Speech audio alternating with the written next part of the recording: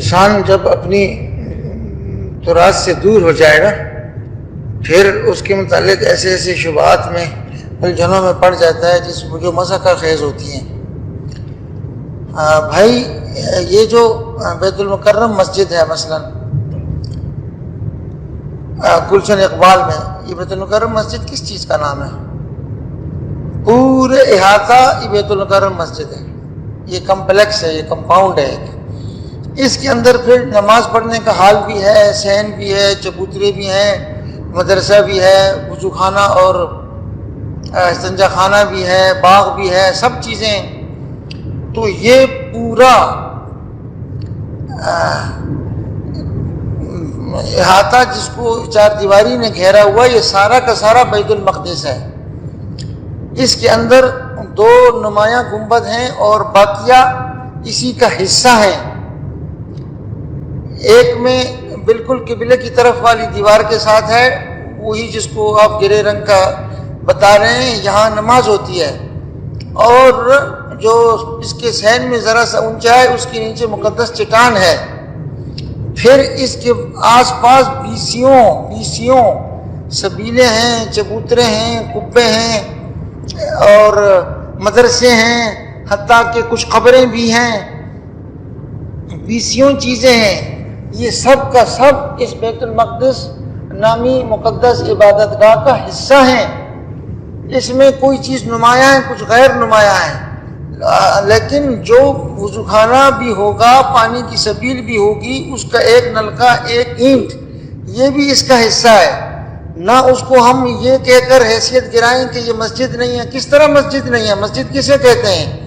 مسجد اور اس کے متعلقات دونوں کو مسجد کہا جاتا ہے۔ اب آپ کس معنی میں کہہ رہے ہیں؟ یہودی اس کو کس معنی میں لیں گے؟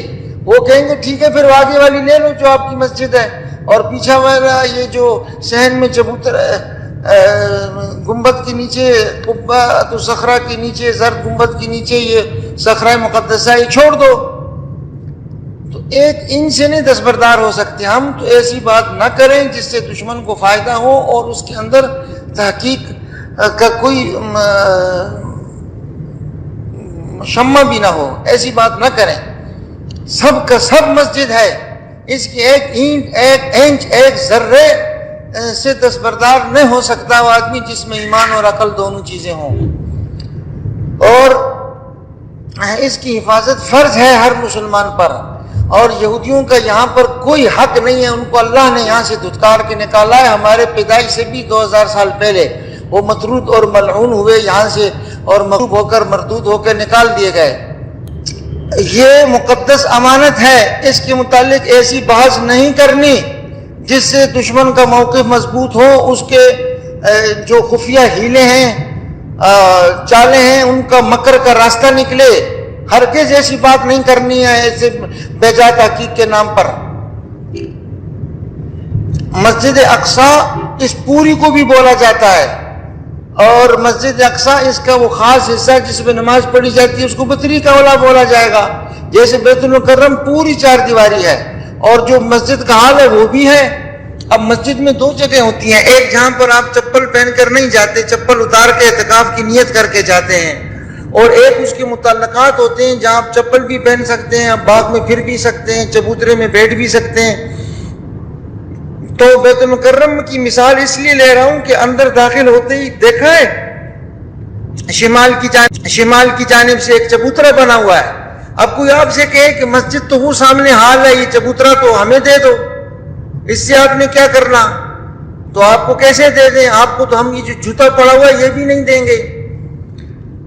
تو یہ ہے اس کی حقیقت بھائی، کہ ایک معنی میں کوئی کہے کہ مسجد وہ ہے، وہ ٹھیک ہے، لیکن زو معنی میں نہ کہے، وہ تو یہودیوں کا موقف مضبوط ہو جائے گا کہ ٹھیک ہے وہ آپ لے لو، اور پھر یہ، اور ہمیشہ وہ یوں ہی کرتے ہیں کہ تھوڑی سی جگہ لیتے ہیں اور اس کے بعد پھر بقیہ پر بھی قبضہ کرتے ہیں۔ یہ جو دیوار گھریا ہے مسجد، اسی بیت المقدس کی ایک دیوار، اس کے باہر کی جگہ کو انہوں نے 4 فٹ کی گلی تھی 1965-66 تک، کہا کہ ہمیں کھڑے ہو کر رونا دھونا کہتے تم کا مسلمان کا لے لو، ایسے بھی سخی ہوتے ہیں، دم مس کر اندر لے لو، کیا ہے، رو دو، یا اپنے نصیب پر رو یا اپنے اعمال پر رو۔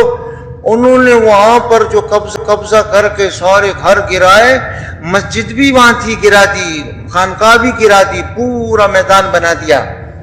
تو یہ درفشانیاں کرنے والوں سے پوچھا جائے کل اگر وہ اندر بھی اگر اس پر قبضہ کرنے اور اس کے بعد پھر اس مسجد پر بھی کریں، کیسے روکو گے انہیں؟ تو تحقیق بھی یہی ہے کہ پوری 4 دیواری مسجد ہوتی ہے، مسجد الحرام، مسجد نبوی پوری 4 دیواری مسجد ہے، اور مشرک نجسے نہیں آ سکتے اس میں، یہود نجسے نہیں آ سکتے اس میں، اور اس کے اندر پھر خاص حصہ وہ بطریق اولا مسجد ہوتا ہے، دونوں ہوتے ہیں، اور ہر ایک کی حفاظت مسلمانوں کا فرض ہے۔